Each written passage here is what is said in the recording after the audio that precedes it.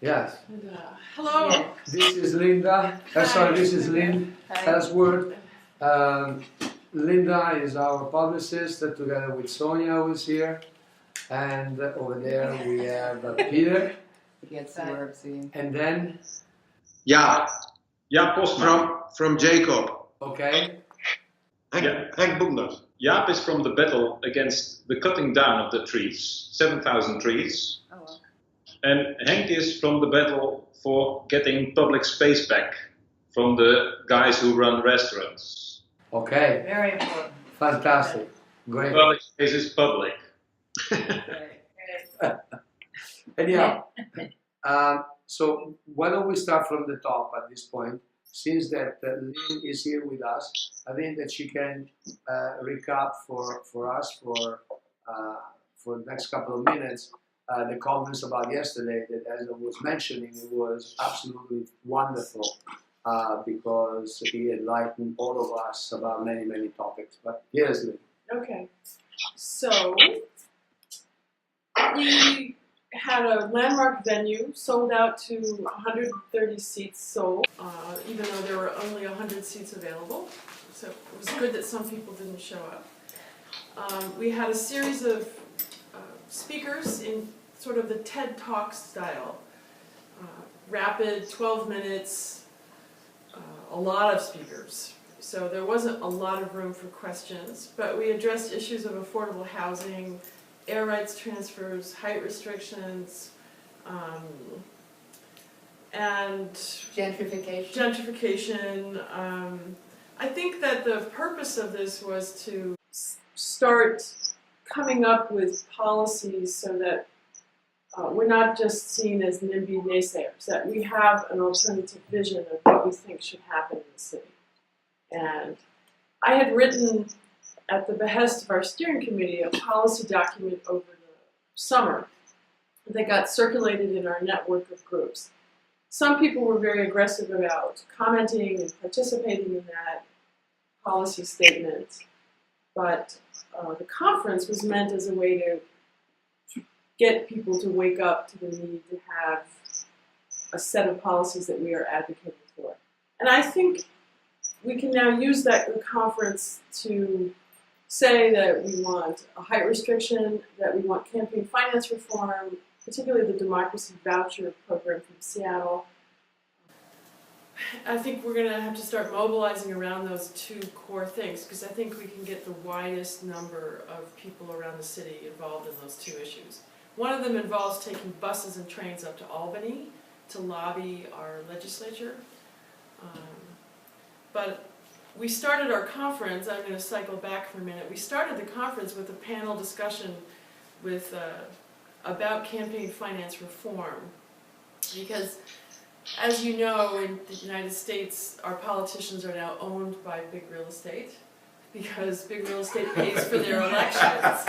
So, What else is new, right? so, you know, and we have a Citizens United ruling which kind of allows that. So we're like, well, what can we do, given that the federal government has just sort of abdicated, what can we do down here? And we wanted to copy a model of legislation in Seattle. So we had a presenter on that, which for me was very persuasive. We had another presenter from an academic think tank about money in politics, and you know, he made a case for some other reforms that I think were less persuasive. But you know, we had to start there, because even though we have all these policies that we could do, we could reform our zoning code, we could have a height restriction, we could do all this stuff if we wanted to. The real question is, how do we get the politicians to do what we want? And that requires a lot of change. Well, how do we get them to do what we want and still get elected? Yeah, exactly. That's Good So that there's something in it for them. Yeah, exactly. So, Or, I mean, but short of finding a whole new set of politicians, which we're definitely want to try to do, but Right. you know, I think the democracy voucher idea is exciting, because we can formulate a one-page pledge, and we can go around to all the existing elected officials and say, we want you to pledge to this in the next election cycle, to pass this legislation. And it doesn't have to be overly specific to do that, and we could start now on that. Right. Yeah. The policy I think that Lynn is suggesting is that each citizen gets a certain number of vouchers, with very small denominations.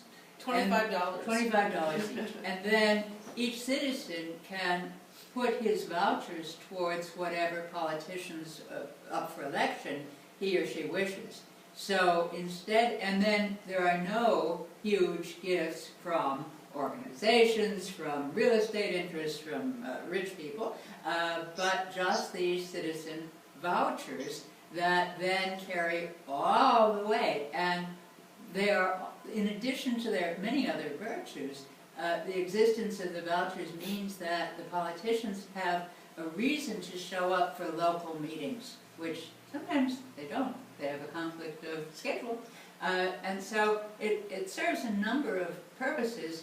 The chances of getting it in New York, what do you think, Lynn? What do you think, Mario? I think that they are not optimistic, bad. actually. I think that they are not bad, the chances to get it in New York. Because, I mean, I am working very close with all the elected officials of the area of the 29th Street, and somehow they are pretty much listening to what we are saying to them. Are they executing everything? Not really. They are trying to negotiate, but somehow the negotiation is allowing for improvements. Let me put it to you this way. It's not a perfect world, but we are beginning to make inroads. And that is very important from my point of view, because there was an apathy from the general citizenship before that they weren't doing anything. It is only for the past 4 or 5 years that we're starting to be vocal. They were starting to push for reform. They were trying to push for things that have been taken away from us without asking our permission. So now we want them back, and we want even better things. You know, I see the democracy vouchers as a way to mobilize a huge constituency that's outside the preservationist crowd. The second, sorry. I think the problem is that modern democracy, as we know it, is something from the 19th century. Yeah. What we see now in urban areas is that there are very different interests, and serving those interests or making distinction between interests, you cannot cope with it with a 19th century democracy model. Just making having an election every 4 years is not enough. No. We send you small videos on different issues in our town, and on many of those issues you can see that there is that aldermen and also the city council more or less lied against the citizens about the things to be done and why it's done. It's not maybe the corruption you have in the United States, but it's more or less a copycat of the liberal advertisement of the New World for Europe. And some things come in that are really against, we feel, that decisions should be made. Right, I want to speak to that a little bit because we're doing something in our local neighborhood.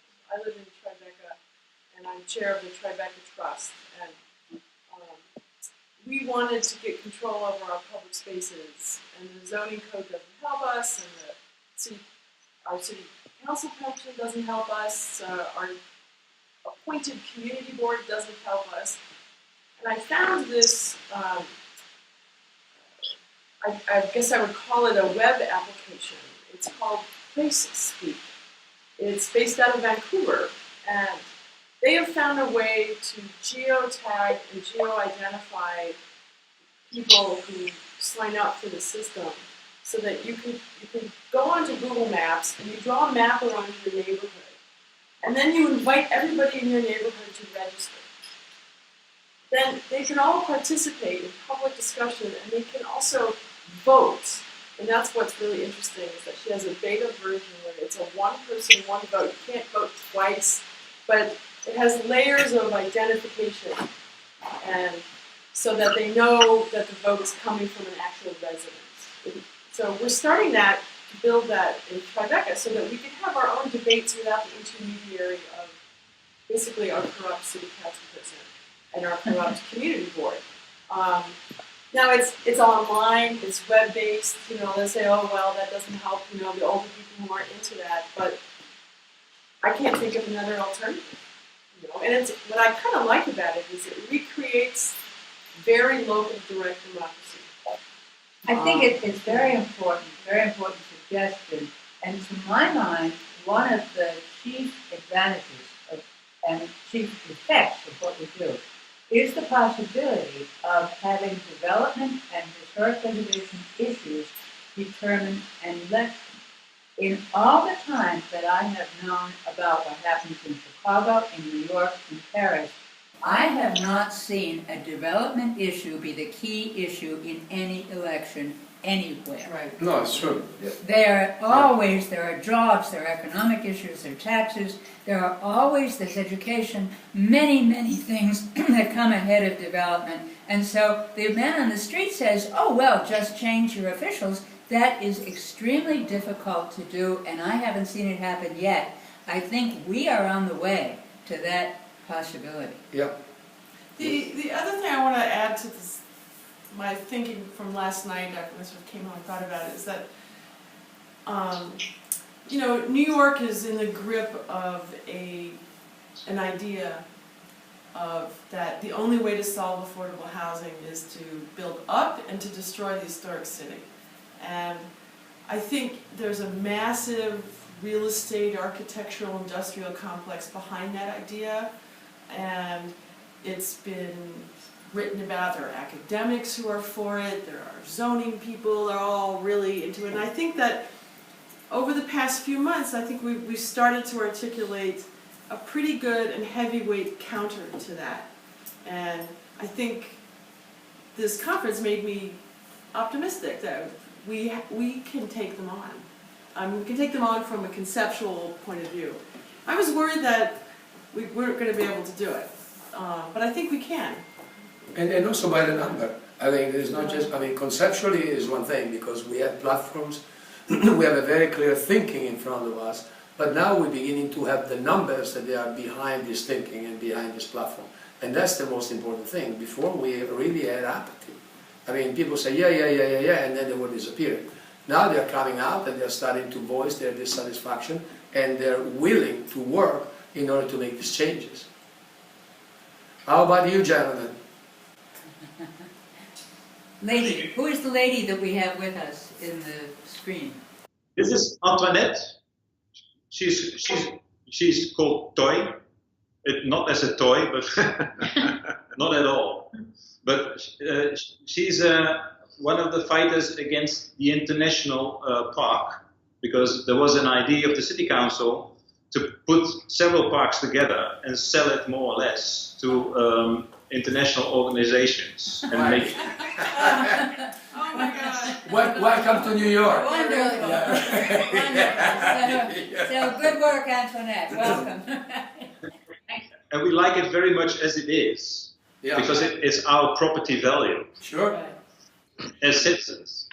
Well, do you guys? I think that it's starting to come clear in New York that we need to take direct action, like sort of imitating the model of Occupy Wall Street. You know, lie down in parks and camp out in parks, and you know, attract publicity that way. And parks, I think, can attract a huge constituency. At least they can in New York, because we don't have very many. You know, and that we have public-private plazas here where they give developers. You can go higher if you create an ugly urban plaza. It's not a nice plaza, and they're never nice plazas. You know, they are once in a while, but you know, and I think people have a property dispute. Is that plaza a public space, or is it owned by the property owner? And I think it's now I'm pretty clear that it's owned by the public. So we have to stop them from closing it off all the time and not letting us have access. How did you do with the discussion, the debate on who owns the air? Yes. Yes. That was something that we were discussing yesterday as well. Right. Yeah. We do. We have a low town, and the only way to bring in more people is to put high-rise in the middle, somewhere, probably on the best spots. Yeah. Right. It's worthwhile. So But you've heard this well, argument. That's a parasite to the rest. Yes. Parasite, wonderful word, Peter. Yeah, Yes. yeah. Anyhow, let's go down to our three questions that we, the famous three questions that everybody will discuss. What strategies or actions have gotten you most favorable results when exposing, when exposing the loss of the fabric of the city? In other words, are the citizens of The Hague responding to your complaints about the fact that the new development is exposing, is doing something that is going to be making you lose the fabric of the city? What? Lot of areas are listed historic Right. areas. Right. That was done in the late 80s, Okay. when there was a huge opposition of citizens against the city council. Okay. And since that is a handicap to develop those areas, they try to circumvene it, and they have several plans to do so. And there are some organizations in our town, our committees, who more or less fight it, because it's more or less it's a legal battle. And when the legal battle is lost, you're only confronted with it on the moment they give a permission to do high-rise in a certain area where you wouldn't expect it. So then you're too late. Right. So you must fight the legal battle first. And that's very difficult because nobody grasps it. Nobody knows what what kind of possibilities are opened by those legal plans. Do you have a height restriction law? You know what? The height restriction law? Do you have a height limit? No, we have building regulations in all areas of our country. Those building regulations do have building rules on height and function everywhere, and you can develop a policy on making a high-rise area somewhere, but then you have to make a plan about that. And in our town, there was a high-rise plan from 2002, and then they decided to make another one, and then they changed it into a general scheme of adding buildings everywhere in all heights. Yeah. Oh, that's really bad. Yeah. Really bad. That's really bad. Oh my God. And then you have to cut away trees, of course, because you need the ground. Yes, exactly. And that's why you guys are replanting trees. Yeah, trees have no rights. Yeah. So you don't have a legal basis to fight for this stuff unless you get a new law or get a new plan in place. Is the plan entirely discretionary, or is there a 50 meter, 100 meter, 1,000 meter limit somewhere? No, actually it's free, but the policy from 2002 has only 3 heights: 40 meters, 70 meters, and above. Above. And above is only restricted to some areas, but 70 meters is quite general. And we're very lucky because 70 meters is quite expensive because of safety regulations. And most high-rise in our town turned out to be subsidized by the government or by the city. Because the market cannot build it without being subsidized. So it's fraud, actually. Absolutely, yeah, absolutely. Are there any specific rules or laws that you wish to change to promote your causes? I would say that the way people are involved in the decision making of their own environment, because it's their city. And the city council is only there to keep the people wealthy, healthy, and happy, Yeah. and keep the city beautiful. That's all they have to do. Yeah. So they're really not listening to that, and they invented a kind of cosmetic democratic committees. So they let the people speak. They gather them in city labs, and then you give your opinion, and then you will never hear about it.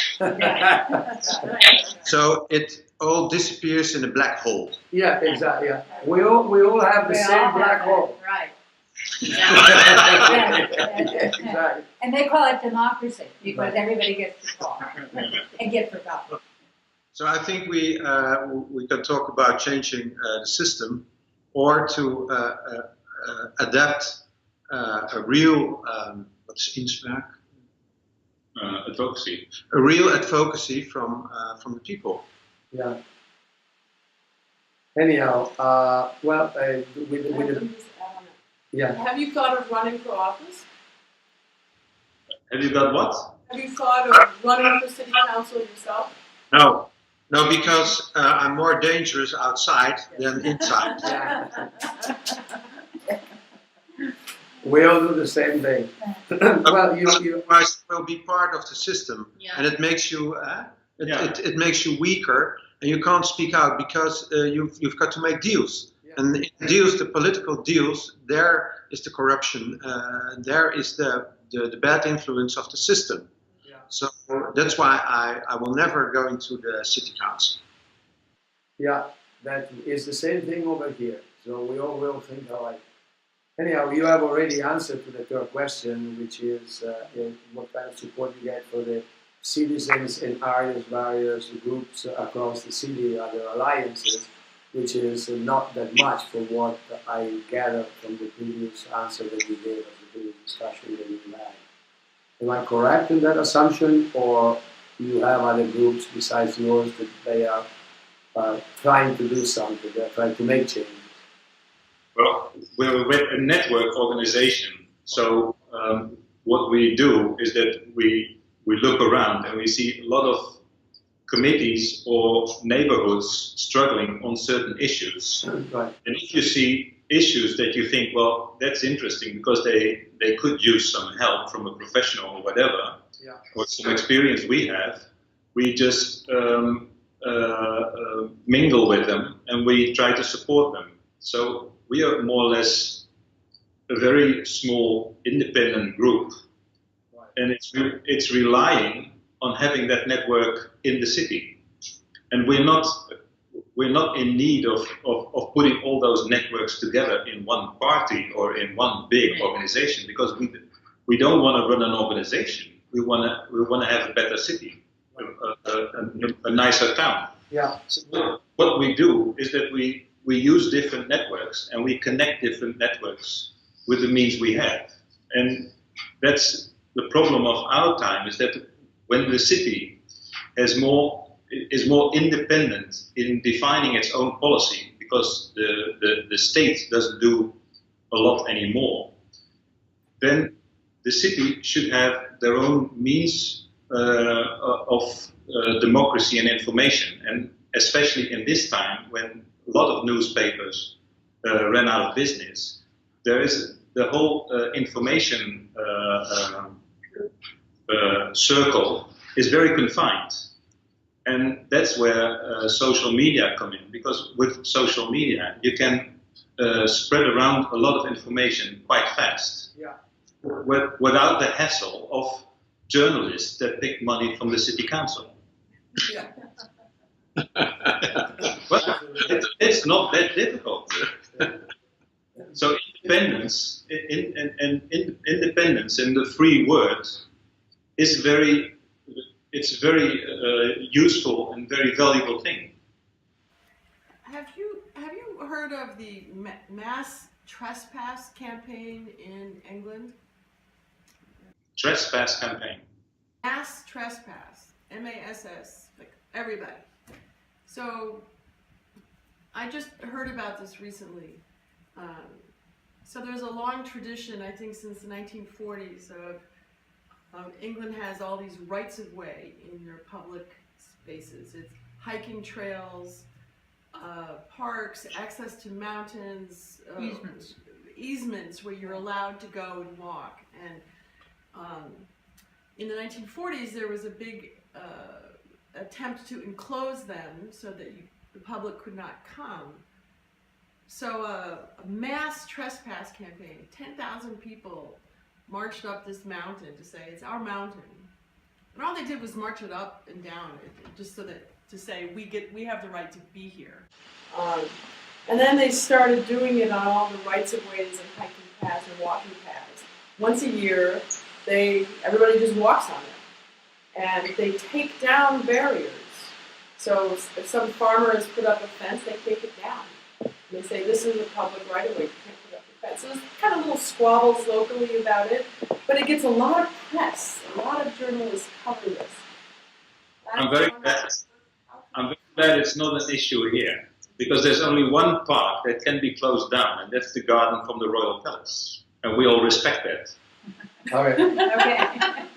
And that's the only one. The rest is public space. And that should be public space. So Forever. what have you done? What actions have you taken that have been most successful in getting action or media or both? Well, I myself did 10,000 signatures, and I put it on a petition, and I offered it to the mayor, and I will never do it again, because they are not impressed. Not even one sentence. She did a huge amount of letters against the city council, and it was paid no respect to the people who wrote all those letters, because they had never an answer back. Yeah, organized a protest meeting. Did you ever had something back from the? No, nothing. And you went to court. Yes, we went to court, and even the court is a part of the system. So in our specific case, it was that the trees were not safe. They, so a branch fell off. Yes, Wow. 4 years ago, and so now they decided, and it's also a question of money. They decided to cut down 7,000 of these trees, poplars. So nobody in the system, even up to the court, wants to burn their fingers on that issue, because it's also a question of, for example, to be responsible for it, insurance, money. You can be sued as a city council. So nobody wants to really listen to the real arguments, and we have real arguments against cutting down the trees. So I consider that as a problem of the system, and not the question if you are right or wrong, or your opinion is not valued, or whatever.